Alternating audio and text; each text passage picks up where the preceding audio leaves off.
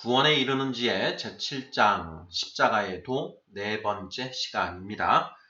십자가와 관계의 회복이라는 소제목 하에 6개의 질문으로 되어 있습니다. 문제를 먼저 읽어보도록 하겠습니다. 십자가의 가로축을 원죄로 인하여 중간에 벽이 생겨버린 인간과 인간의 관계를 형상화한 것으로 세로축을 원죄로 인하여 멀어져 버린 하나님과 인간의 관계를 형상화한 것으로 본다면 십자가는 원죄 이후 인간의 실상을 상징하고 있음을 알 수 있습니다. 그 십자가에 예수님이 매달리셨습니다. 예수님의 몸을 통하여 너와 나로 분리된 인간 관계가 하나로 연합되고 분리되어 있던 하나님과 인간의 관계가 회복됩니다. 에베소서 4장 14절 16절 참조.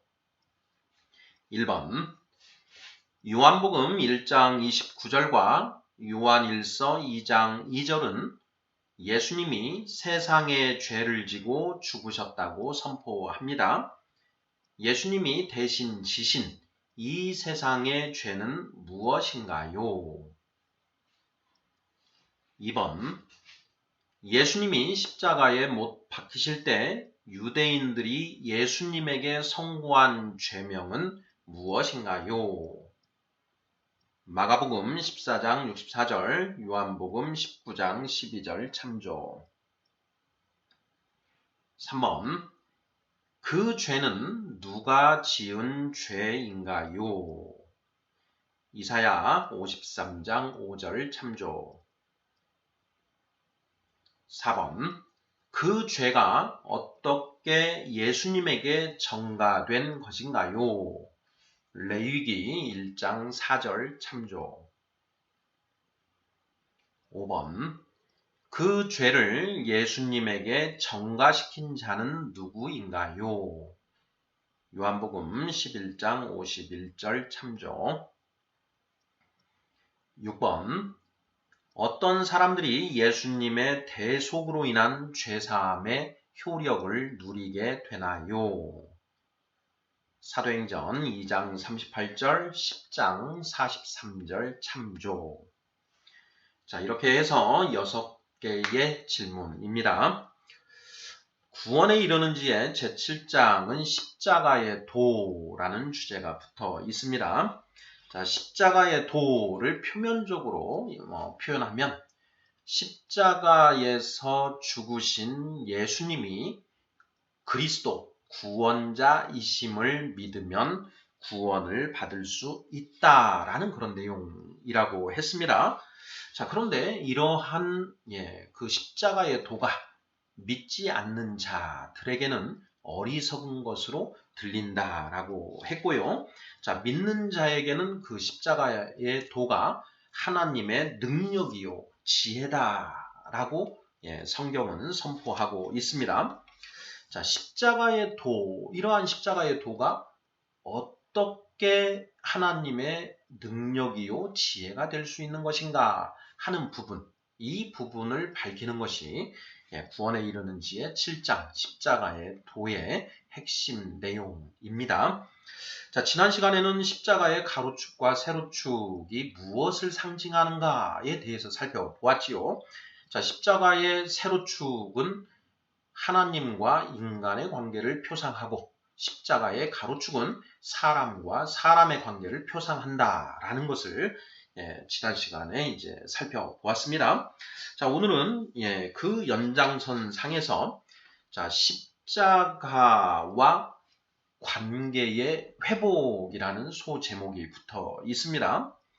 원죄로 인하여 하나님과 인간의 관계가 파괴되었고 또한 사람과 사람의 관계가 파괴되었다라는 내용, 이 내용도 우리가 이미 살펴보았습니다. 자, 이 십자가에서 그 파괴된 관계들이 예수님을 통해 회복된다라는 부분, 이런 부분을 이제 오늘 살펴보도록 하겠습니다. 자, 문제를 하나하나 살펴보면서 그 내용들을 살펴보겠습니다.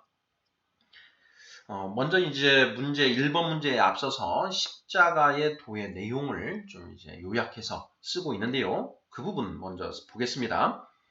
십자가의 가로축을 원죄로 인하여 중간에 벽이 생겨버린 인간과 인간의 관계를 형상화한 것으로, 세로축을 원죄로 인하여 멀어져 버린 하나님과 인간의 관계를 형상화한 것으로 본다면, 십자가는 원죄 이후 인간의 실상을 상징하고 있음을 알 수 있습니다. 그 십자가에 예수님이 매달리셨습니다. 예수님의 몸을 통하여 너와 나로 분리된 인간 관계가 하나로 연합되고, 분리되어 있던 하나님과 인간의 관계가 회복됩니다. 에베소서 4장 14절 16절 참조. 네, 이렇게 되어 있는데요. 자, 이 내용이 십자가의 도의 본질적인, 궁극적인 내용이다. 이렇게 우리가 이해를 하면 맞지 않을까 싶습니다. 십자가의 가로축, 십자가의 세로축, 대신관계와 대인관계. 자, 십자가는 원죄로 인하여 파괴된 대신관계와 대인관계를 상징한다. 그것을 형상화한 것이다. 이렇게 이제 이해를 하는 것이지요. 자, 그리고 그 십자가에 예수님이 매달리심으로써, 그 십자가에 못 박히신 예수님의 몸을 통해서 인간과 인간의 관계가 연결이 되고, 또 인간과 하나님의 관계가 연결이 된다. 즉 회복된다. 이것이 곧 십자가의 도의 핵심 내용이다. 이렇게 지금 이제 설명을 하고 있는 것입니다. 자, 에베소서 4장 14절과 16절을 제시하고 있는데요. 자, 읽어보겠습니다. 에베소서 4장 14절. 그는 우리의 화평이신지라 둘로 하나를 만드사 원수된 것 곧 중간에 막힌 담을 자기 육체로 허시고, 이렇게 되어 있고요. 16절. 또 십자가로 이 둘을 한 몸으로 하나님과 화목하게 하려 하심이라. 원수된 것을 십자가로 소멸하시고, 이렇게 되어 있습니다. 원죄로 인하여 인간과 인간의 관계가 파괴되었습니다. 인간과 인간의 관계 사이에 벽이 하나 생겨난 것이죠. 담이 하나 들어선 것입니다. 에베소서 2장 14절. 그는 우리의 화평이신지라 둘로 하나를 만드사 원수된 것 곧 중간에 막힌 담을 자기 육체로 허시고, 이렇게 되어 있죠. 자, 십자가는 이렇게 가로축과 세로축 이렇게 되어 있는데요. 자, 이 가로축은 너와 나, 사람과 사람의 관계를 형상한다, 표상한다라고 했습니다. 그런데 이 사람과 사람 사이에 자, 이 세로축이 딱 가로막았죠. 벽이 하나 생긴 것입니다. 담이 하나 생긴 거죠. 그런데 자, 이 담을 예수님이 여기에 들어오심으로써 이 담이 연결이 되었다. 이 막힌 담이 허물어졌다. 이렇게 볼 수 있다라는 것입니다. 자, 그리고 또 16절. 자, 십자가의 세로축은 하나님과 인간의 관계다. 그런데 여기에 벽이 생겼습니다. 이렇게 벽이 생겨서 단절이 되었는데 예수님이 여기에 매달리심으로써 단절된 하나님과 인간의 관계를 연결해 주셨다. 이렇게 이해를 할 수 있다라는 것입니다. 그것이 바로 십자가의 도다.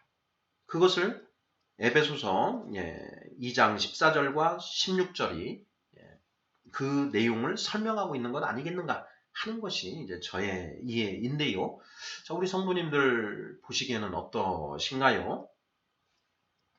자, 십자가는 원죄 이후 인간의 실상을 상징하는 것이다. 그 십자가에 예수님이 매달리셨다. 예수님의 몸을 통하여 너와 나로 분리된 인간 관계가 하나로 연결이 되고 분리되어 있던 하나님과 인간의 관계가 회복되는 것이다.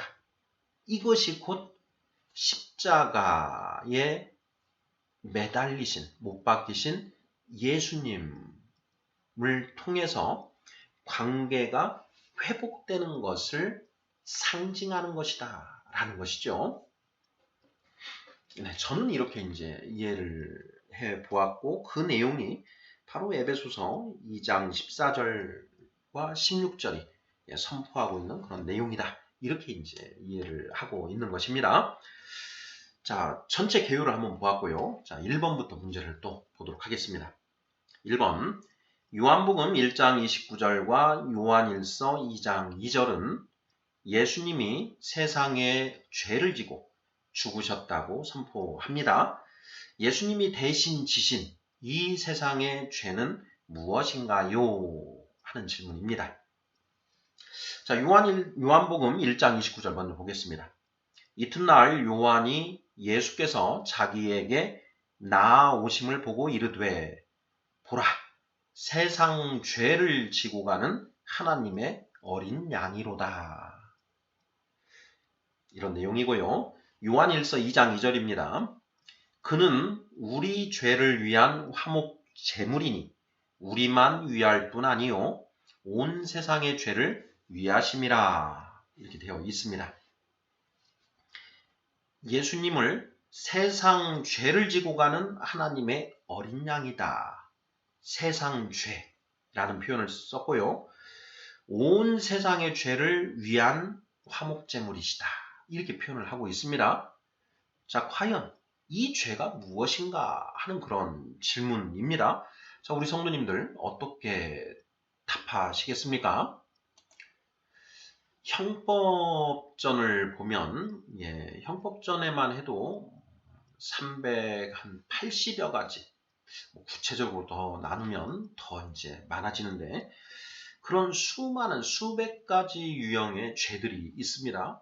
그거 외에도 오늘날처럼 세상이 복잡해져 있는 이런 세상에서는 죄명들이 더 많이 늘어나 있습니다. 그래서 죄의 명만 보면 수천 가지라고 할 수 있는데, 자, 성경에서 예수님이 짊어진 세상 죄, 온 세상의 죄, 이것은 구체적으로 무엇을 가리키는가 하는 그런 질문인 것이지요.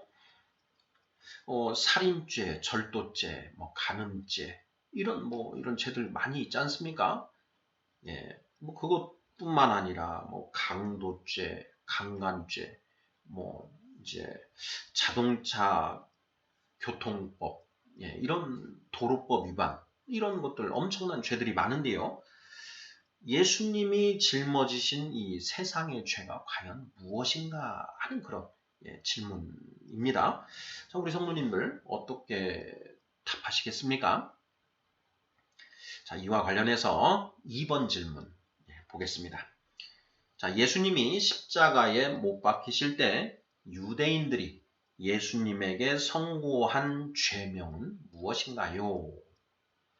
마가복음 14장 64절, 요한복음 19장 12절 참조 이렇게 되어 있습니다.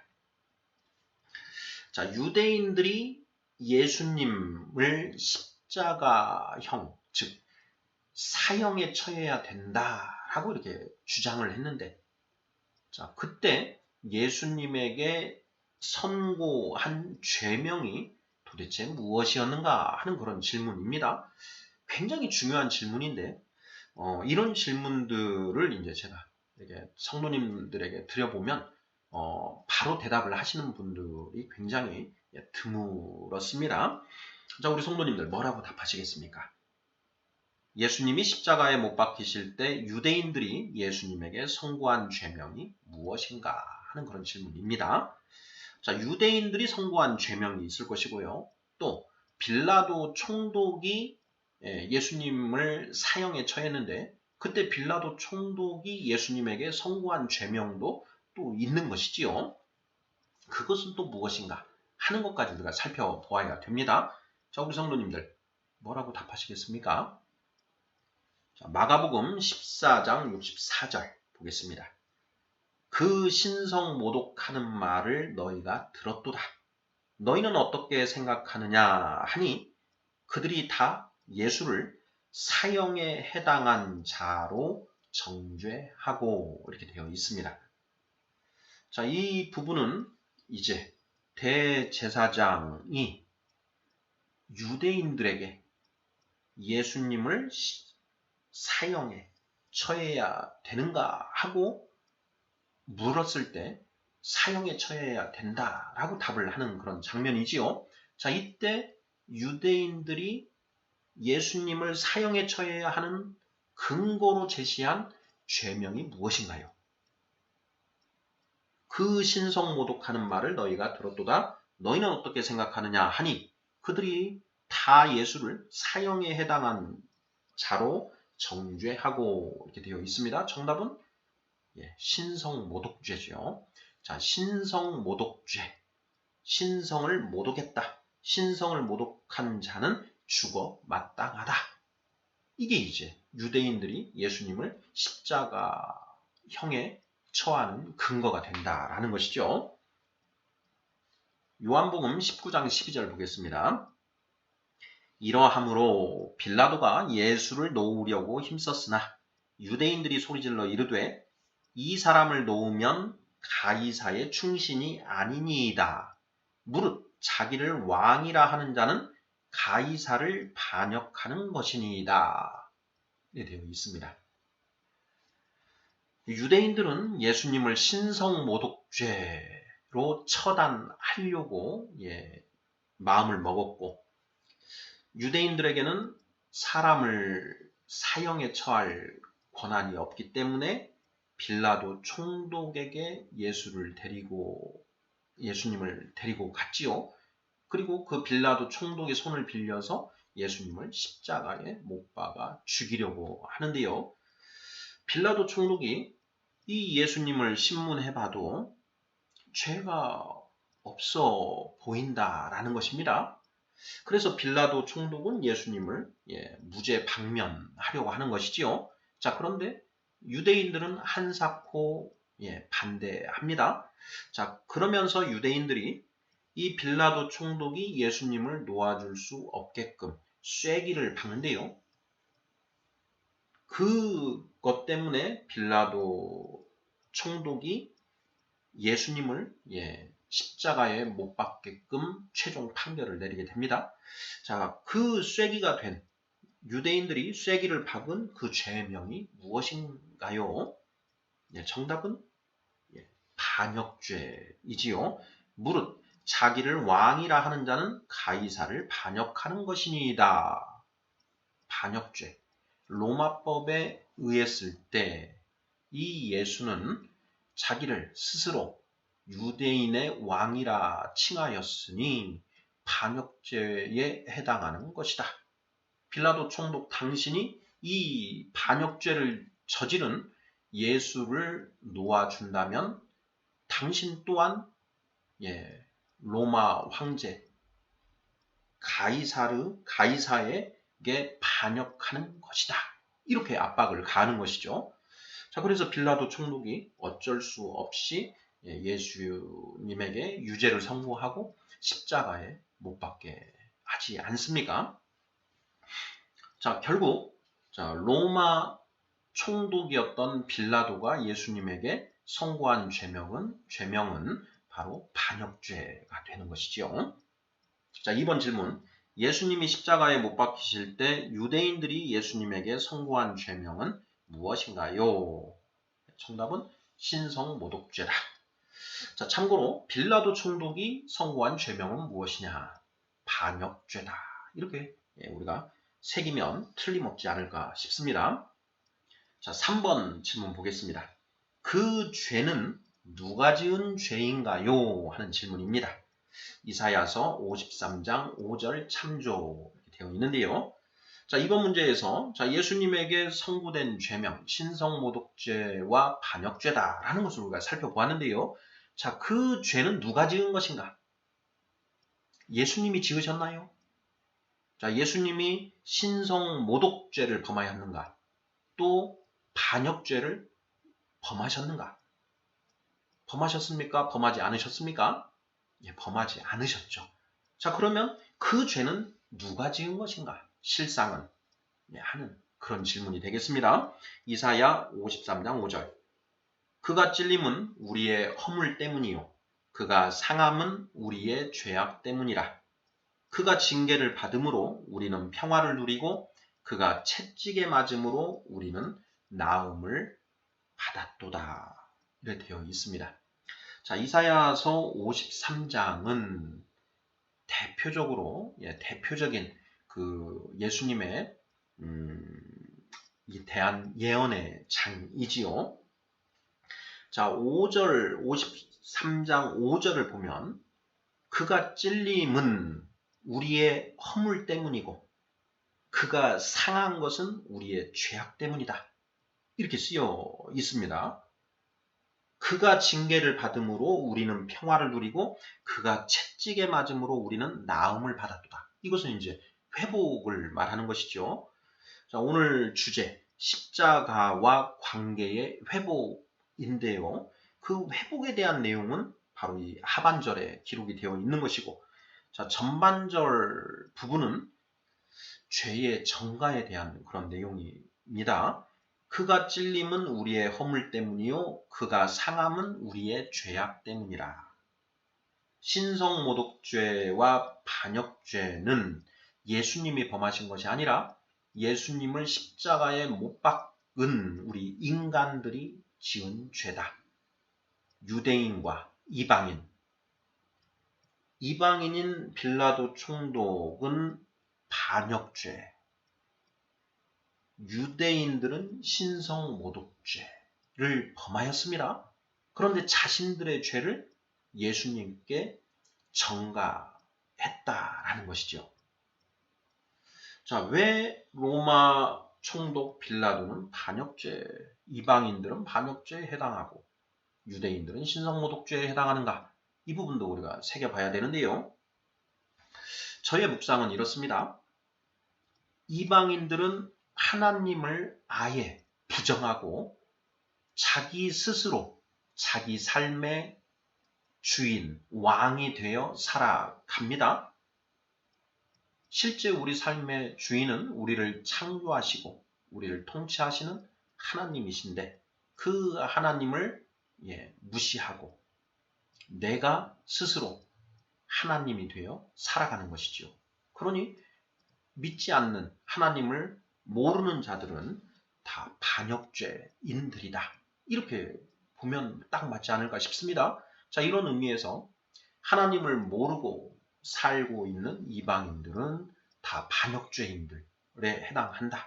이렇게 새기면 맞지 않을까 싶은 것이고요. 유대인들은 하나님의 존재를 알고 있습니다. 그들은 하나님, 엘로힘, 하나님을 섬기는다고 얘기를 하지요. 자, 그런데 그들은 정작 하나님의 율법, 하나님의 말씀에는 순종하지 않습니다. 오히려 우상을 숭배하고 하나님의 말씀을 왜곡해서 율법주의로 빠져들고 또 심지어 나아가서 하나님의 말씀이신 예수님을 욕하고 비방하였지요. 그러니 이들이 유대인들이 지은 죄는 바로 신성모독죄, 하나님을 모독하는 죄를 범하였다라는 것입니다. 3번 질문, 그 죄는 누가 지은 죄인가요? 신성모독죄는 유대인들이, 반역죄는 이방인들이 지은 죄였다. 이런 맥락으로 답을 하면 딱 맞지 않을까 싶습니다. 그런데 그 죄를 예수님이 대신 지시는 거죠. 보라, 세상 죄를 지고 가는 하나님의 어린 양이로다. 그는 우리 죄를 위한 화목제물이니 우리만 위할 뿐 아니요 온 세상의 죄를 위하심이라.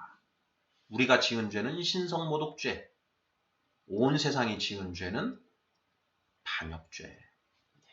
이렇게 새기면 맞지 않을까 싶습니다. 4번 질문. 그 죄가 어떻게 예수님에게 전가된 것인가요? 레위기 1장 4절 참조. 예수님이 세상 죄를 지고 가는 하나님의 어린 양이시다. 그 예수님이 세상 죄를 대신 지시고 십자가에서 죽으셨다라는 것인데요. 자, 그렇게 하기 위해서는 유대인과 이방인들이 지은 신성모독죄와 반역죄가 어린 양이신 예수님에게 전가가 되어야 합니다. 그 절차를 거쳐야만 예수님이 그 죄를 지시고 대신 죽으실 수가 있는 것 아니겠습니까? 자, 레위기 1장 4절입니다. 그는 번제물의 머리에 안수할지니 그를 위하여 기쁘게 받으심이 되어 그를 위하여 속죄가 될 것이라. 이렇게 되어 있습니다. 자, 그는 번제물의 머리에 안수할지니 그를 위하여 기쁘게 받으심이 되어 그를 위하여 속죄가 될 것이라. 이렇게 되어 있습니다. 자, 레위기 1장 제사, 하나님께 드리는 번제 또는 속죄제에 그 드리는 예법, 제사법을 이제 기술하고 있는 내용인데요. 번제물의 머리에 안수를 하라. 그리하면 속죄가 된다. 이렇게 되어 있습니다.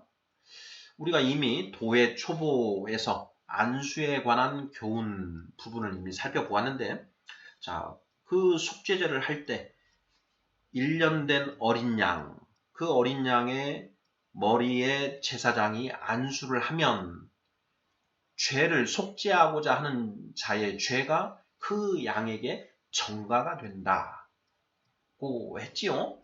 바로 그 죄의 전가를 위한 안수에 관해서 우리가 살펴본 것입니다.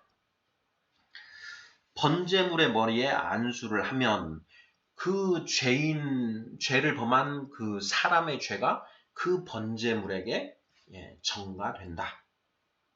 이것이 이제 그 레위기 1장 4절에서 우리가 알 수 있는 그런 내용입니다. 자, 그것을 근거로 5번 문제를 보겠습니다.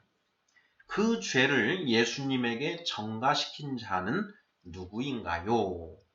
요한복음 11장 51절 참조. 방금 우리가 레위기 1장 4절에서 본 것처럼 죄를 지은 사람이 있고요. 죄인이 있고 속죄 제물이 있으면 그 죄인의 죄를 이 속죄 제물에 전가를 시키고 이 속죄 제물이 죽임을 당함으로써 그리고 또 불에 태워져서 불에 태워짐으로써 이 사람의 죄가 사하여짐을 얻는 것인데요. 자, 그러기 위해서는 제사장이 그 번제물의 머리에 안수하는 그 과정이 필수적으로 필요합니다. 예수님에게 유대인과 이방인들의 신성모독죄와 반역죄가 예수님에게 전가되기 위해서는 대제사장의 이 죄를 전가시키는 안수가 있어야 되는데 그 과정이 있었는가 하는 그런 질문이 되겠습니다. 자, 요한복음 11장 51절. 이 말은 스스로 함이 아니요 그 해의 대제사장이므로 예수께서 그 민족을 위하시고 52절 마저 보겠습니다. 또 그 민족만 위할 뿐 아니라 흩어진 하나님의 자녀를 모아 하나가 되게 하기 위하여 죽으실 것을 미리 말함이러라. 이렇게 되어 있습니다. 예수님이 십자가에 못 박혀 죽으실 때 그 해의 대제사장, 바로 가야바죠. 그 대제사장이 속죄 제물, 화목 제물이신 예수님께 이 세상의 죄를 전가하는 안수를 해야만 예수님이 대속 제물로서 세상 죄를 짊어지실 수가 있게 되는 것 아니겠습니까? 5번 질문. 그 죄를 예수님에게 전가시킨 자는 누구인가요? 그 해의 대제사장 가야바다. 이렇게 답을 하면 딱 맞지 않을까 싶습니다. 구약의 율법은 이 신약 시대에 이루어질 예수님이 이 땅에 오셔서 하실 일들을 예표하는 어떤 그런 것으로 우리가 이해를 하고 있지 않습니까?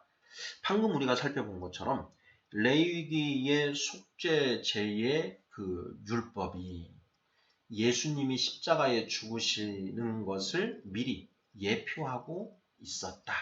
그리고 예수님은 그 율법에 부합하게끔 당신이 화목제물이 되셔서 이 세상의 죄를 전가받고 대신 죽으셨다라는 것을 우리가 정확하게 확인해 볼 수 있는 것이지요. 자, 6번 마지막 질문 보겠습니다. 어떤 사람들이 예수님의 대속으로 인한 죄사함의 효력을 누리게 되나요?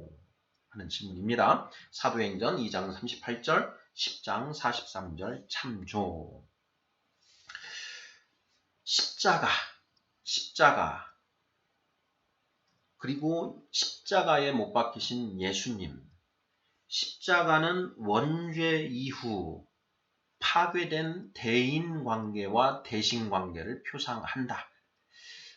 예수님은 그 십자가에 못 박히심으로써 그 관계를 회복시키는 일을 하셨다. 그가 징계를 받음으로 우리는 평화를 누리고 그가 채찍에 맞음으로 우리는 나음을 받았도다. 예수님의 몸을 통해서 너와 나 둘로 갈라지고 가운데 벽이 있었는데 예수님의 몸을 통해서 연결이 된다. 하나님과 인간의 관계도 예수님의 몸을 통해서 연결이 된다. 이게 바로 십자가의 도다라고 했는데요. 바로 그러한 그 대속으로 인한 죄사함의 효력을 누리기 위해서는 그것만으로 끝나는 것이 아니라 우리가 해야 될 일들이 있다. 그게 무엇인가 하는 그런 질문이 되겠습니다. 사도행전 2장 38절. 베드로가 이르되 너희가 회개하여 각각 예수 그리스도의 이름으로 세례를 받고 죄사함을 받으라. 그리하면 성령의 선물을 받으리니. 39절. 이 약속은 너희와 너희 자녀와 모든 먼데 사람 곧 주 우리 하나님이 얼마든지 부르시는 자들에게 하신 것이라 하고 이렇게 되어 있습니다. 사도행전 10장 43절. 그에 대하여 모든 선지자도 증언하되 그를 믿는 사람들이 다 그의 이름을 힘입어 죄사함을 받는다 하였느니라. 예수님이 십자가에 대속 제물로 죽으셨습니다. 그 예수님이 그리스도이심을 믿고 세례를 받으면 그 죄사함의 효력을 누릴 수 있게 된다라는 그런 내용인 것이죠. 너희가 회개하여 각각 예수 그리스도의 이름으로 세례를 받고 죄사함을 받으라. 그를 믿는 사람들이 그의 이름을 힘입어 죄사함을 받게 된다라는 내용이지요. 6번 질문. 어떤 사람들이 예수님의 대속으로 인한 죄사함의 효력을 누리게 되나요? 십자가의 도를 전해 듣고 예수님이 그리스도이심을 믿은 자들이 그 죄사함의 효력을 누리게 된다라는 그런 내용이라는 것입니다. 예수님이 십자가에서 죽으심으로써